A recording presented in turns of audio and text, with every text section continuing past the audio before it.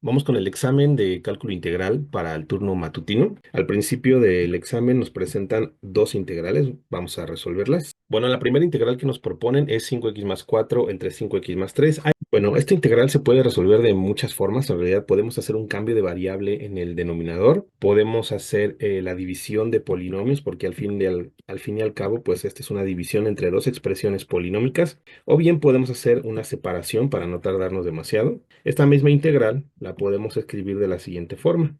Como 4 es lo mismo que 3 más 1, lo puedo reescribir así de esta manera. Y abajo seguimos teniendo 5x más 3.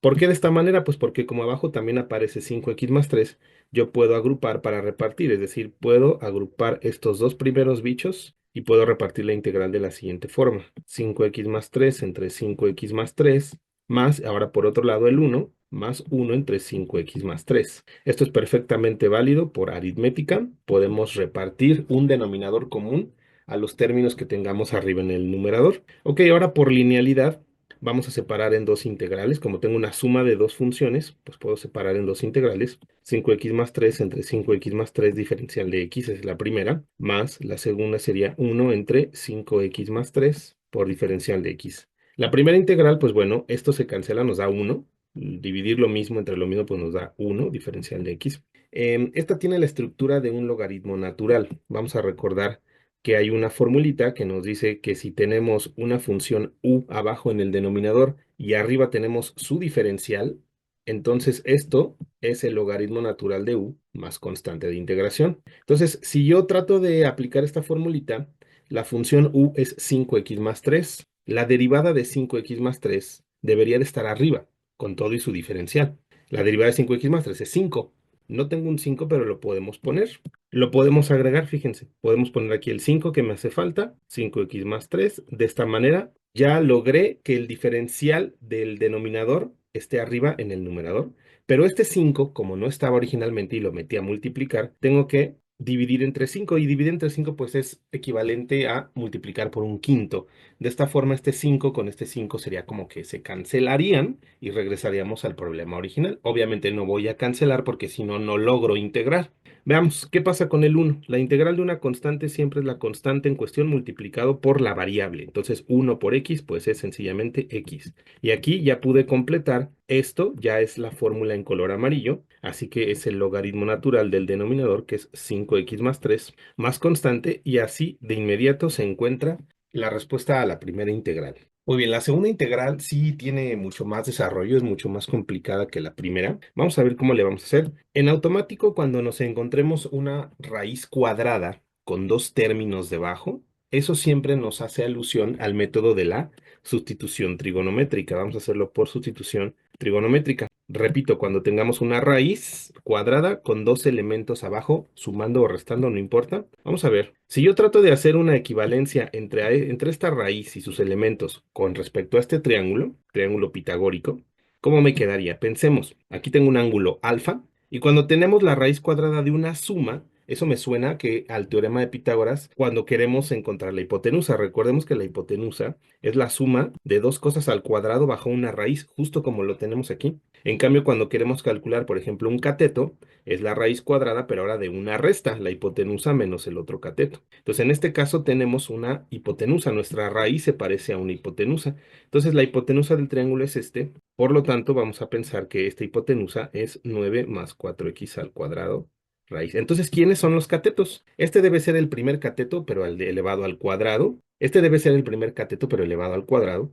Entonces su raíz es 3, o sea, el lado vale 3 porque su cuadrado valdría 9. Y este sería el otro cateto, pero elevado al cuadrado. Entonces su raíz es el valor del lado del triángulo. La raíz de 4x cuadrada es 2x, entonces lo voy a poner por acá. Y entonces ya tengo una relación pitagórica con respecto a esta raíz que tenemos acá. Bueno, ahora vamos a hacer uso de las razones trigonométricas. Hay dos grupos. Podemos usar por un lado el seno de alfa o el coseno de alfa, o podemos usar por otro lado la tangente de alfa y la secante de alfa. Vamos a ver qué grupo nos va a ayudar un poco más. Para saber cuál me va a funcionar, pues claro que debo de conocer las definiciones de seno, coseno, tangente y secante en términos de los catetos. Vamos a recordar que el seno de alfa es cateto opuesto sobre hipotenusa y el coseno de alfa es cateto adyacente sobre hipotenusa. Por otro lado, la tangente es cateto opuesto sobre cateto adyacente, mientras que la secante es lo contrario al coseno, es decir, hipotenusa sobre cateto adyacente. Veamos, voy a aprovechar el hecho de que aquí hemos definido nuestro ángulo alfa, aquí es este angulito, y por lo tanto, los lados del triángulo son los siguientes. El lado que está enfrente, pues es el cateto opuesto. El 3 vendría a ser el papel del cateto adyacente y bueno, la raíz ya dijimos que esa tendría que ser la hipotenusa. Entonces, si nos fijamos, por cómo está estructurado mi triángulo, conviene mucho utilizar la función tangente, porque la función tangente es cateto opuesto sobre cateto adyacente, sería 2x opuesto entre 3, que es adyacente. Eso me va a permitir muy rápido despejar el valor de x, así que vamos a utilizar esa.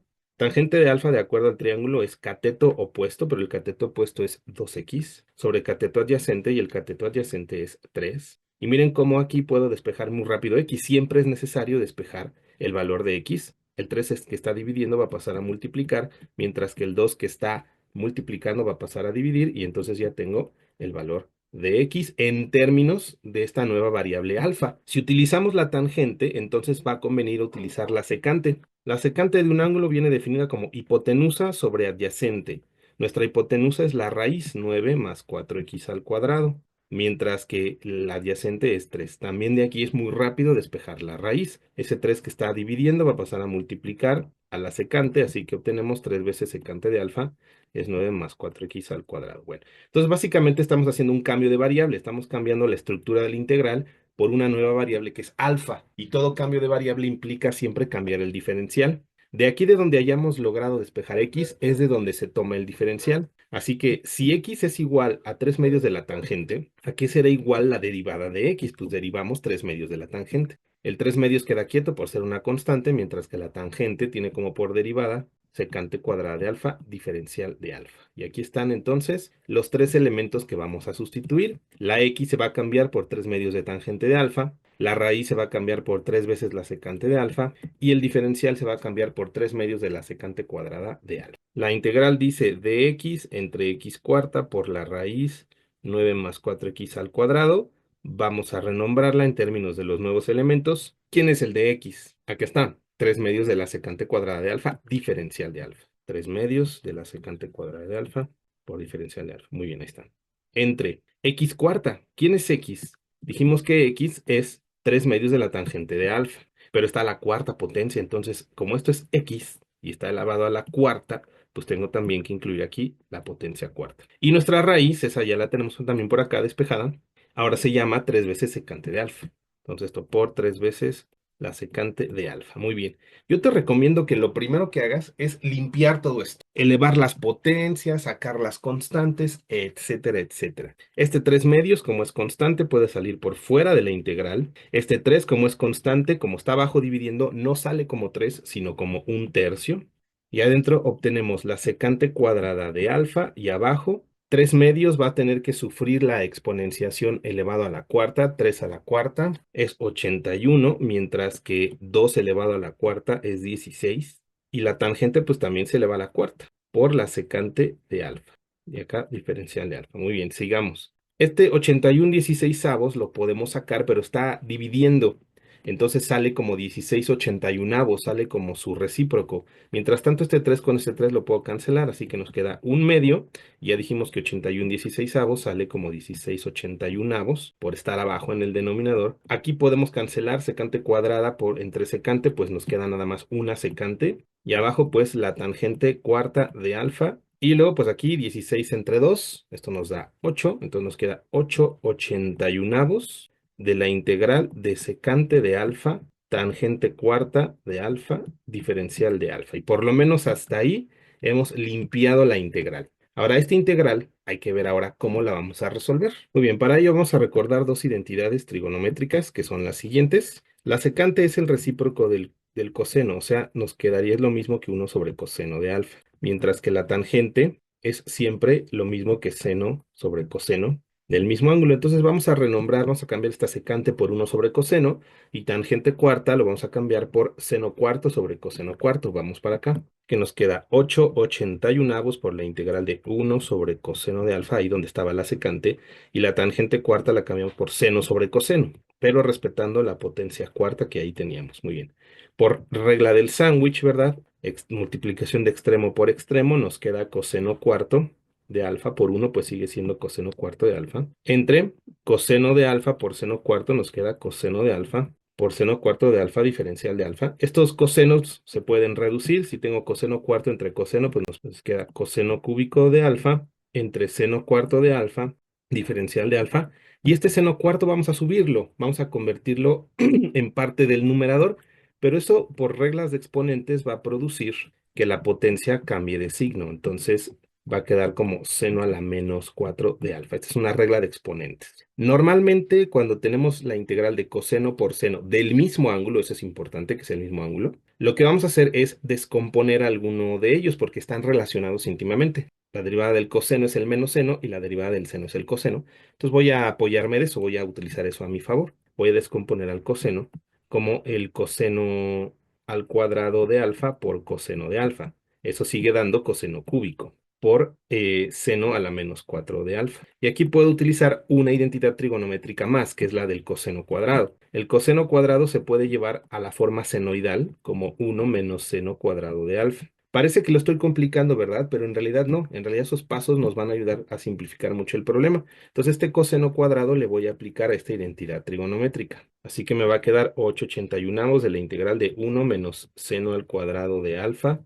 por el otro coseno que habíamos descompuesto por seno a la menos 4 de alfa diferencial de alfa. Bueno, entonces estas dos cosas vamos a multiplicarlas distributivamente por 1 y luego por el seno cuadrado, obteniendo 8/81 de la integral. Coseno por seno y luego multiplicado por 1, pues nos queda lo mismo. Voy a poner primero al seno a la menos 4 de alfa por coseno de alfa, menos, y ahora multiplicamos coseno por este seno cuadrado que está aquí. El coseno pues va a quedar intacto, pero el seno, pues tengo que aplicar la regla de exponentes. Como se están multiplicando, tengo que sumar los exponentes. A menos 4 le tengo que sumar la potencia 2 que está acá. Entonces menos 4 más 2 nos queda menos 2. Nos queda seno elevado a la menos 2 de alfa. Y esto diferencial de alfa. Ahora voy por la linealidad. La linealidad quiere decir que puedo separar las integrales cuando en medio se atraviesa una suma o una resta. Entonces nos queda 8/81 que va a multiplicar a las siguientes dos integrales. La primera pues es la de aquí, que dice seno a la menos 4 de alfa por coseno de alfa diferencial de alfa. Menos la otra pues es esta que se ha formado acá. Voy a poner primero al seno a la menos 2 de alfa por el coseno de alfa diferencial de alfa. Esto es justamente a lo que queríamos llegar, porque observen lo que voy a hacer. Para poder integrar una función u cualquiera que esté elevado a cierta potencia n, también cualquiera, excepto potencia menos 1, adelante debe estar su derivada con todo y su diferencial. O sea, su diferencial completo implica tanto a la derivada como al de x, al de alfa, etcétera. Entonces, en nuestro caso, tenemos senos elevados a ciertas potencias y adelante debemos de tener su derivada del seno. La derivada del seno, ¿quién es? El coseno por diferencial de alfa. Es lo que hemos logrado. Si te fijas, la función es el seno y aquí adelante está su derivada. La derivada del seno es el coseno y el menos 2 pues vendría a ser la n, ¿no? Lo mismo acá. La n vendría a ser el menos 4, la función sería el seno, este es u, y esta parte de aquí es la derivada de la función seno, que es justamente derivada de u. Por lo tanto, cuando logramos tener esto, es cuando puedo aplicar la regla de la potencia, u a la n más 1 entre n más 1 más constante. Entonces integremos. Nos queda 8/81 de la primera integral, pues es seno a la menos 4. A este exponente le tengo que sumar una unidad, así que nos queda menos 3. Seno a la menos 3 de alfa entre menos 3. ¿Qué pasó con el coseno? Pues desaparece porque el coseno es parte del diferencial de u. Lo que estoy integrando es al seno, por decirlo de alguna forma. Y acá, seno a la menos 2, este es n, así que si le sumamos 1, nos queda menos 2 más 1 es menos 1. Así que nos queda menos seno a la menos 1 de alfa entre menos 1 más constante. Vamos a arreglar un poquito, ¿verdad? Siempre que se tengan potencias negativas, los podemos convertir a denominador y eso las va a volver positivas, así que nos queda 8/81. Este menos que tiene el 3 lo voy a poner al frente de la fracción. El seno a la menos 3 lo voy a mandar para abajo como seno cúbico, entonces nos queda 1 sobre 3 veces el seno cúbico de alfa. Bueno, aquí este menos con este menos se nos vuelve más y voy a bajar al seno a la menos 1 como seno para abajo, 1 sobre seno de alfa más constante de integración. Bueno, y podemos aprovechar otra identidad más que son las recíprocas. Hay una recíproca aquí entre la secante y el coseno, pues hay otra recíproca para el seno. Hay una recíproca para el seno que es uno sobre cosecante de alfa, es decir, que cosecante de un ángulo es lo mismo que uno sobre seno del mismo ángulo. Voy a aprovechar que el seno está en una fracción, está en el denominador, en nuestro resultado para poder aplicar esa identidad. Así que nos queda 8/81. Este menos un tercio, pues lo puedo, digamos, ignorar en cierta forma. Y uno sobre seno cúbico lo puedo pensar como cosecante cúbica. Mientras que uno sobre seno de alfa es directamente la cosecante de alfa. Entonces más cosecante de alfa más c. Ok, aquí podríamos pensar, pues qué bonito, ya terminé de integrar, pero no es así. Nuestra integral estaba en términos originales de la variable x. Esta es simplemente una variable de paso que nos ayuda a encontrar la solución. Hay que devolvernos al problema. Vamos a ver cómo se define la cosecante de acuerdo con las razones trigonométricas. La cosecante es hipotenusa sobre cateto opuesto. Entonces, en el dibujo que teníamos, les recuerdo que alfa estaba aquí, esta era la hipotenusa, este era nuestro cateto opuesto, este era nuestro cateto adyacente. La hipotenusa era la raíz, 9 más 4x al cuadrado, mientras que el cateto adyacente era 3 y nuestro cateto opuesto era 2x. Ok, entonces siguiendo este hilo de ideas, la cosecante en este triángulo, si es hipotenusa sobre opuesto, la hipotenusa es 9 más 4x al cuadrado y el opuesto es 2x. Muy bien, esto nos va a servir para dar el resultado final. Si apareciera otra función trigonométrica como tangente, coseno, igual nos vamos al triangulito y vemos a qué es equivalente el coseno, a qué es equivalente la tangente, etcétera. En este momento no hay necesidad porque solamente quedó en términos de puras cosecantes. Entonces el resultado final sería 8/81 de menos un tercio de la cosecante cúbica. Esta es la cosecante, así que ya nada más la elevamos al cubo. Nos quedaría 9 más 4x al cuadrado raíz entre 2x, todo elevado al cubo. Está la cosecante cúbica. Y luego dice más cosecante. Entonces, más la cosecante es directamente este elemento, más 9 más 4x al cuadrado raíz sobre 2x. Bueno, y más constante. Y de hecho, si no queremos meternos en tanto rollo, pues podemos dejar el resultado así, de hecho. ¿Cómo se vería un poquito más desglosado, digamos? 8/81, aquí tenemos menos un tercio. Todo lo que está bajo una raíz es potencia un medio. Y si un medio lo elevamos al cubo es como multiplicar 3 por un medio, nos quedaría elevado a la 3 medios. Entonces tendríamos 9 más 4x al cuadrado elevado a la 3 medios. Y el 2x también se eleva al cubo. 2x al cubo es 2 al cubo 8. Entonces nos queda 8x cúbica. Más 9 más 4x al cuadrado entre 2x. Pero bueno, me gusta más el resultado anterior. Está, siento yo, más compacto, un poquito más generalizado. Y entonces podemos decir que esta es nuestra respuesta. Muy bien, nos piden en el ejercicio número 2 encontrar el área entre estas dos curvas, y cuadrada igual a 4x y x igual a 1. Bueno, pues si queremos ver cómo lo vamos a resolver, lo primordial es que sepamos graficar estas funciones. Todo depende de cómo se vea la gráfica para ver si nos conviene más integrar en términos de la variable x o en términos de la variable y. Esta no creo que haya ningún problema. X igual a 1 es una recta constante. Pero ¿qué pasa con y cuadrada igual a 4x? Si tú despejas la x, fíjate cómo obtienes y cuadrada sobre 4. El 4 que estaba multiplicando pasó dividiendo. Y esto es una parábola. Pero es una parábola que en vez de estar así como normalmente las graficamos, como ahora dependen de y, se vería así o así. En este caso sería una parábola con este estilo. Es decir, es como si hubieras cambiado la dependencia. Ahora la y es como si fuera tu variable y x es el nombre de tu función, es la variable dependiente y y es la independiente. Entonces la parábola ha girado de esta manera.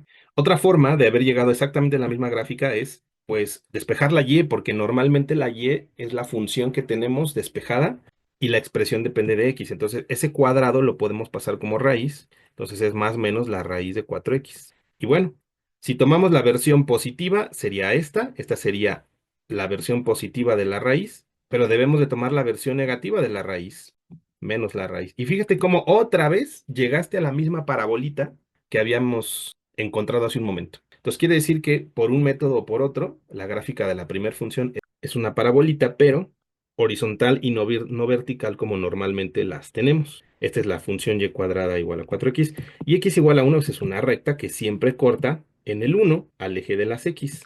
Ahí estaría entonces la gráfica de esas dos funciones. Por lo tanto, el área, este es el eje X, este es el eje Y. Por lo tanto, el área sería toda esta región en color azul.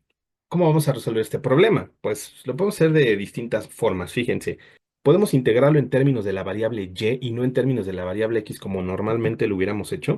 Nada más tendríamos que integrar desde este punto, que no sabemos cuánto vale, hasta este punto, entre dos funciones. La función que es esta y esta parabolita. Esa es una forma. Ahora, si nos obsesiona mucho y estamos integrando siempre en términos de x, pues también se puede pensar de la siguiente manera. Observemos. Podemos integrar esta región respecto de x, porque sabemos que se mueve desde 0 hasta 1, que la recta que la delimita es x igual a 1, y entonces multiplicar el resultado por 2, porque aquí se forma otra región exactamente igual a la de arriba. Pero esta manera, pues solamente que sepas muy bien que es simétrica. La parábola, como es simétrica, yo sé que puedo hacer esto, pero si no fuera simétrica la figura, pues no quedaría de otra más que integrar en términos de y. Muy bien, así que vamos a integrar en términos de x. Vamos a decir que entonces el área va a ser la integral desde 0 hasta 1, porque comienza en 0, termina en el 1, y la función que cubre la región, es la parabolita. Entonces la parabolita la tendríamos que escribir como una función que depende de x. Entonces, ¿cuál es la parabolita? La parabolita es y cuadrada igual a 4x. Todavía no está escrita en la forma de una función de x. Tendríamos que despejar la y como ya hicimos hace rato, que es más menos la raíz de 4x. Pero como estamos tomando solamente la tapa positiva, la parte de arriba, podemos desechar la parte negativa y decir que y es sencillamente 4x. Muy bien. Entonces, ahora sí ya la tengo escrita como una función solamente dependiente de x. Entonces sería la integral de 0 a 1 de la raíz de 4x diferencial de x. Ah, y se me olvidaba. Multiplicamos por 2, dijimos, ¿verdad? El área es dos veces esa región. Ahora esta es una integral muy sencilla, la verdad. Nos va a quedar dos veces. La raíz se puede distribuir ante los productos. La raíz de 4 es 2 y la raíz de x, pues así nos va a quedar como raíz de x. Y luego vamos a sacar este 2. Este 2 va para afuera. Se multiplicaría con este otro 2 que tenemos aquí. 2 por 2 nos da 4.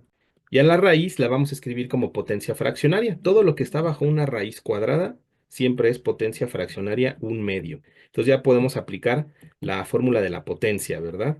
U a la n diferencial de u es u a la n más 1 entre n más 1 más constante. En este momento no vamos a sumar constantes porque estamos ante una integral definida. Esto significa que tiene límites de integración. En las integrales definidas con límites de integración no se suma ninguna constante. Así que nos quedaría este 4 que está aquí afuera y la integral es x a la 1 medio más 1. ¿Cuánto es 1 medio más 1? Pues 3 medios. Ahí te encargo nada más las fracciones entre 3 medios. Recuerda que tenemos que dividir entre el mismo exponente que nos quede aquí en la fórmula. Y esto está evaluado de 0 a 1. Vamos a arreglar esto. Este 3 medios le voy a dar la vuelta, lo voy a pasar arriba multiplicando, pero entonces pasaría como 2 tercios de x a la 3 medios, que está evaluado desde 0 a 1. Y puedo multiplicar el 2 tercios por el 4 que queda afuera. 4 por 2 son 8 tercios. Muy bien, ahora ¿qué pasa con la x? Toma primero el valor de su límite superior, entonces nos quedaría 1 a la 3 medios, menos, ahora toma el valor de su límite inferior, sería 0 a la 3 medios. Pero, pues 0 a la 3 medios, pues no me aporta nada, ¿verdad? Entonces, sencillamente nos queda que el área es 8 tercios de ¿cuánto es 1 a la 3 medios? Afortunadamente, cuando el 1 lo elevamos a cualquier exponente, eso siempre vale 1. Así que el área termina siendo 8 tercios unidades cuadradas. Aquí tenemos el resultado. Ok, vamos con el problema número 3, que es sobre longitud de arco. Más o menos nos enfrentamos a un problema similar de la dependencia, si conviene más trabajarla en X o en Y. Esta función, si la viéramos en términos de X, es decir, si la función fuera Y igual a X a la 3 medios, es una función más o menos que hace esto, ¿de acuerdo? Entonces, pues integramos en términos de X. Vamos a aprovechar que ahora la dependencia está al revés. Ahora es X la función y Y la variable independiente. Entonces, la gráfica de esta función se ve de esta forma. Es similar a la gráfica del problema anterior. Nos están pidiendo desde el punto 0, que es este, hasta el 8,4. Supongamos que es el punto B. Ok, entonces como vamos a integrar en Y, le voy a poner aquí, vamos a integrar en términos de Y, entonces nos vamos a fijar en las coordenadas en Y, que son 0 y 4. más no en las coordenadas en X. Esta es la coordenada en Y del primer punto y esta es la coordenada en Y del segundo punto. Entonces la integral se va a mover desde 0 hasta 4. Lo que buscamos cuando hacemos una longitud de arco es esta distancia. Andamos buscando esta longitud, es decir, si yo estirara esta soga, ¿qué longitud tiene? Es lo que andamos buscando. Muy bien, vamos con la fórmula. La fórmula que se utiliza es la siguiente. La longitud es la integral desde A hasta B, donde es el punto inicial y B es el punto final, de la función que en este momento es una función de Y, no es una función f de x. La derivamos, tomamos la primera derivada, elevamos esta derivada al cuadrado, le sumamos 1 y sacamos raíz cuadrada de esto. Y en este momento, como estamos integrando bajo la variable Y, pues es diferencial de Y en lugar de diferencial de X. Entonces, primero vamos a hacer estas cuentas, que es derivar la función, elevar al cuadrado, etcétera. Ok, entonces nuestra función es X igual a Y elevado a la 3 medios. Entonces, tomemos la derivada de la función X respecto de Y, pues bajamos el 3 medios, la Y permanece y 3 medios menos un entero nos quedaría un medio. Y entonces aquí está ya la derivada. Ahora, la derivada la vamos a elevar al cuadrado, o sea, 3 medios de y a la 1 medio, que es la derivada, la vamos a elevar al cuadrado. Esto quiere decir que el 3 se eleva al cuadrado, el 2 se eleva al cuadrado y y a la 1 medio se eleva al cuadrado. 3 al cuadrado es 9, 2 al cuadrado es 4, y y a la 1 medio al cuadrado, si multiplicamos potencia con potencia, 2 por 1 medio nos queda 2 medios, pero 2 medios es un entero, o sea, nos queda y, 9 cuartos de y.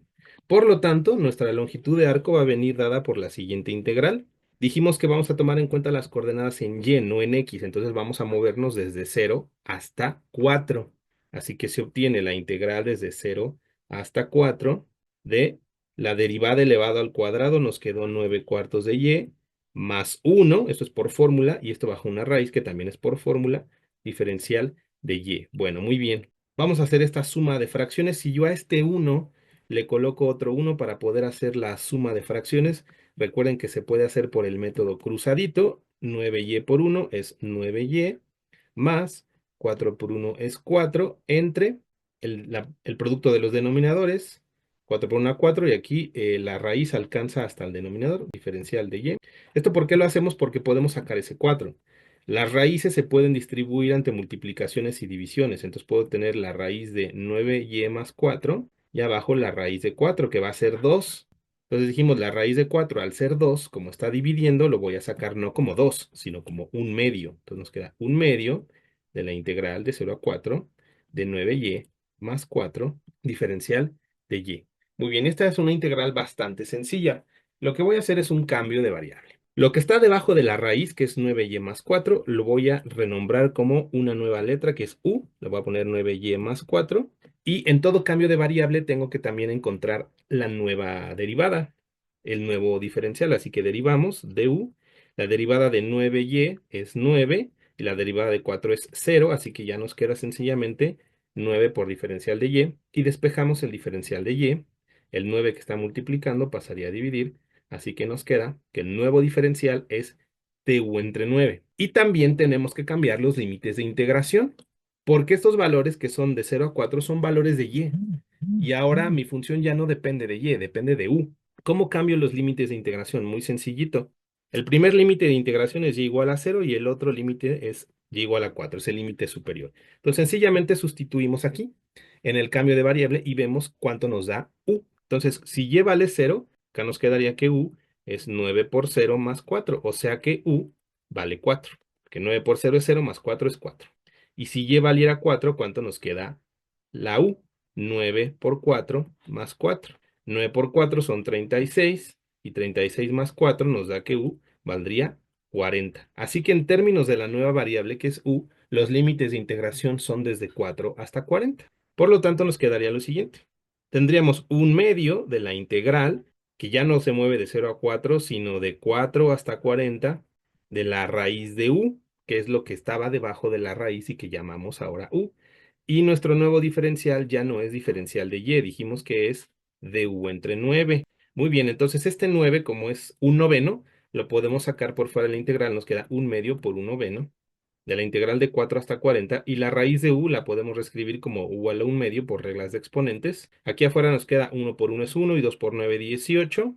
Y la integral de u igual a un medio, aplicamos la fórmula de la potencia, le sumamos un entero al un medio más un entero son 3 medios, entre 3 medios, y esto está evaluado de 0 a 40. Voy a tomar el 3 medios, le voy a dar la vuelta por la regla del sándwich, lo voy a pasar como 2 tercios, me queda un 18avo por 2 tercios, y nos queda u a la 3 medios evaluado de 0 hasta 40. Muy bien. Aquí vamos a reducir, la mitad de 2 es 1 y la mitad de 18 son 9, así que nos queda 1 y 9, aquí nos quedaría 9 por 3, que son 27, así que es un 27avo. Y tendríamos, aquí me equivoqué con el límite de integración, es 4, ¿verdad? Es 4. Entonces la u toma primero su límite superior como sustitución, entonces nos queda 40 a la 3 medios, menos, y ahora la u toma su límite inferior, que es 4. 4 elevado a la 3 medios. Estos no son valores exactos, así que es en esta clase de ejercicios donde está permitido pues el uso de decimales. Tenemos un 27avo, 40 elevado a la 3 medios, vamos a ver en la calculadora cuánto es eso. Esto nos da un aproximado de 252,98, es un número bastante grande. Vamos a redondearlo a 3 decimales, ¿vale? Menos 4 elevado a la 3 medios, esto nos queda 8, ese sí es un valor exacto, muy bien. Entonces nos queda un 27avo de ¿qué cosa? Esta resta nos da 244,982. Ok, 982. Y esto partido entre 27 nos queda 9,07 aproximadamente unidades, y son unidades lineales, ¿verdad? Porque es una longitud. Entonces estamos encontrando que esta longitud de aquí tiene un valor de 9 unidades más o menos, ¿no? 9,0 y cacho unidades. Y con eso terminamos el ejercicio número 3. Muy bien, vamos con el ejercicio número 4. Esto habla sobre un sólido de revolución. Nos dicen que si yo identifico cuál es la región que encierran estas dos ecuaciones, ahora las haga girar alrededor del eje X y calcule el volumen. Como es un volumen generado por un sólido que está dando vueltas, por eso se llama sólido de revolución. Nos estamos enfrentando otra vez más o menos al problema de todos los ejercicios anteriores. ¿En qué variable voy a trabajar? Esta es una función de x porque la y está despejada, entonces es una función de x. Pero esta, no, esta es una función de y porque la x es la que está despejada. Pues tenemos que sincronizar. O trabajamos todo en términos de x o todo en términos de y. Entonces yo creo que va a ser más fácil trabajar en términos de x, así que esta y hay que despejarla. Le estorba la raíz. Si esa raíz la movemos al otro lado, pasa como cuadrado. Entonces tenemos y igual a x cuadrada. Por lo tanto, en realidad las funciones son x cuadrada y x a la 2 tercios. Lo primeritito que tenemos que hacer es encontrar la gráfica de estas dos funciones para ver cómo va a ir quedando nuestro sólido. Veamos. La gráfica de x a la 2 tercios tiene esta pinta. Es como una gaviota. Mientras que por otro lado, la gráfica de x al cuadrado es una parabolita. Creo que todos sabemos que es la parábola más sencilla que hace algo así. Bueno, inmediatamente vemos cuál es la región que encierran estas dos curvas. Sería esta hojita de acá y esta hojita de acá. Como nos dicen que lo rotemos alrededor del eje X, entonces, ¿qué pasaría si esta figura empieza a dar vueltas y vueltas y vueltas alrededor del eje X? ¿Cómo se vería ese sólido? Estaría muy curioso ese sólido, la verdad. Se vería, por una parte, su hoja derecha, digamos, produciría algo así, pero como está dando vueltas, pues aquí una especie de plato, ¿no? Pero la hoja izquierda produciría exactamente lo mismo. Entonces, esta es la parte interna, pero entonces la terminaríamos viendo así, más o menos, como un reloj de arena, una cosa así, más o menos. Claro que hay que meterle un poquito de imaginación. Entonces, nuestra técnica va a ser la siguiente. Vamos a tomar solamente el volumen del lado derecho y lo vamos a multiplicar por 2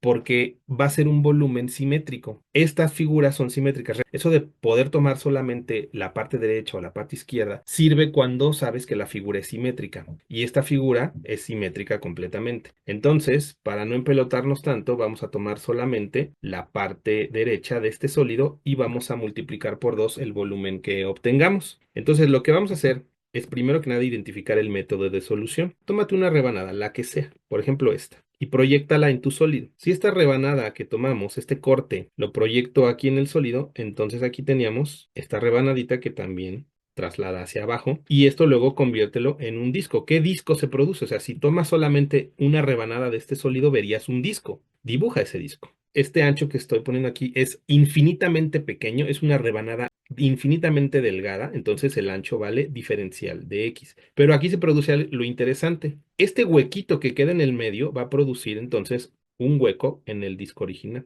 como lo estamos viendo ahí.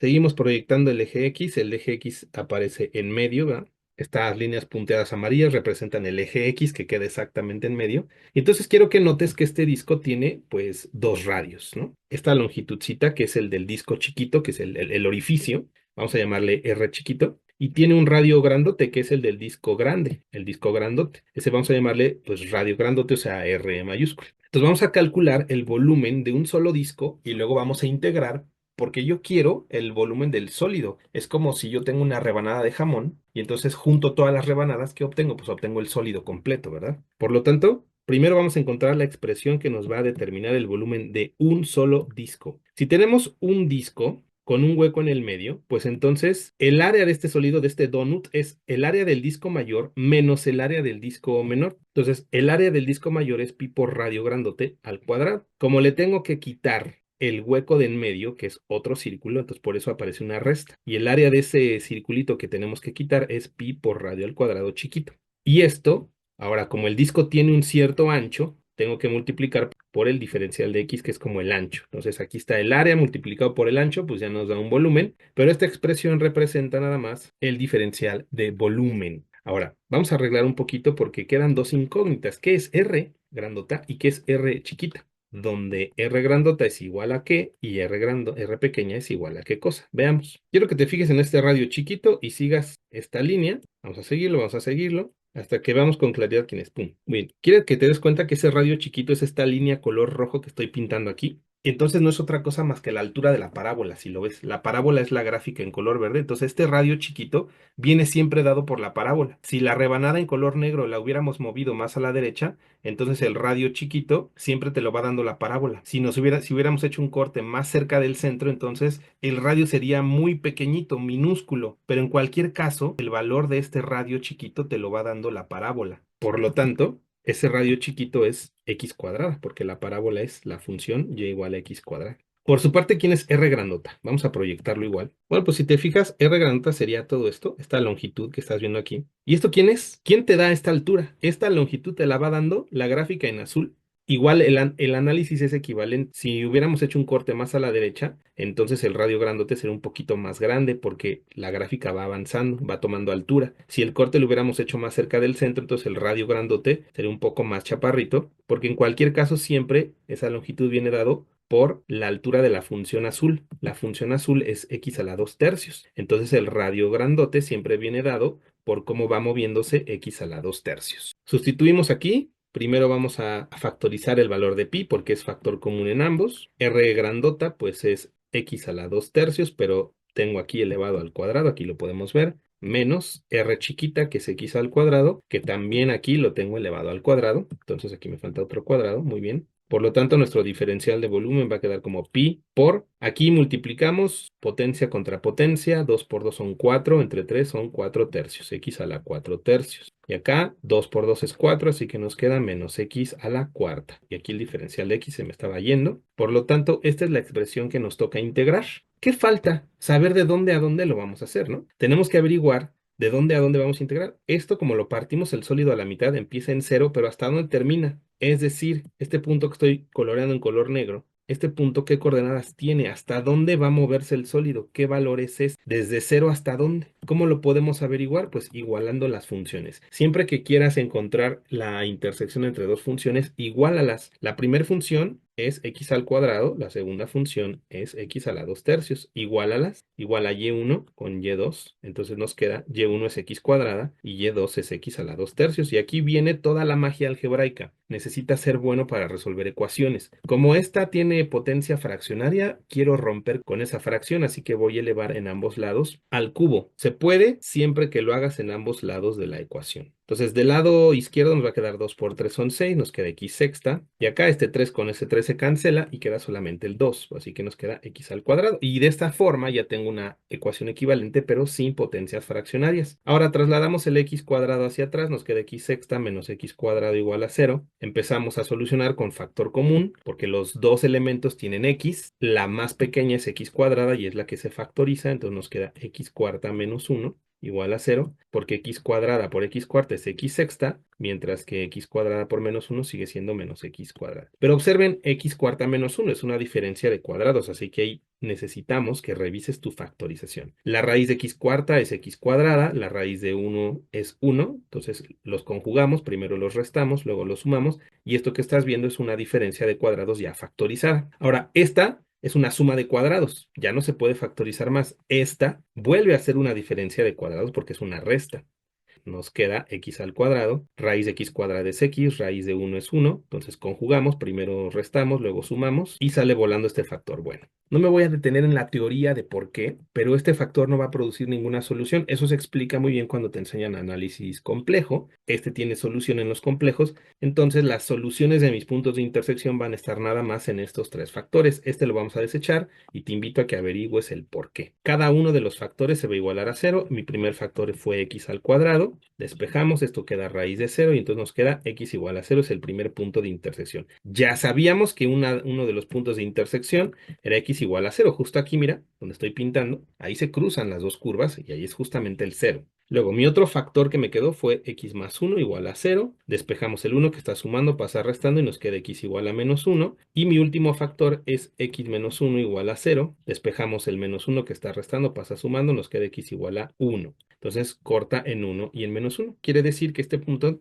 el de la izquierda, tiene por coordenada en x menos 1 y el punto de la derecha, este que estoy señalando con el dedito, tiene coordenada en x 1. Y como estamos tomando nada más la parte derecha, entonces nuestra integral ya sabemos que se va a mover desde 0 hasta 1. Listo, pues vamos ahora sí con la integración. Por lo tanto, nuestro volumen va a ser el doble porque recuerda que nada más tomamos la parte derecha, así que hay que multiplicar por 2 para encontrar el volumen de todo el sólido. Dos veces la integral desde 0 a 1 de nuestro diferencial de volumen que quedó acá, que es pi por x a la 4 tercios menos x a la cuarta por diferencial de x. Pi, como es una constante, puede salir por fuera de la integral, así que nos queda 2pi. Y de inmediato integramos estas luego son potencias, nada más hay que sumarle 1, recuerda, x a la 4 tercios, y a 4 tercios le sumamos un entero. Si revisas tus fracciones, esto nos queda 7 tercios. Entre 7 tercios, no olvides dividir entre el mismo exponente. Y x a la cuarta, si le integramos, nos queda x quinta entre 5, y esto está evaluado desde 0 hasta 1. Entonces obtenemos 2pi por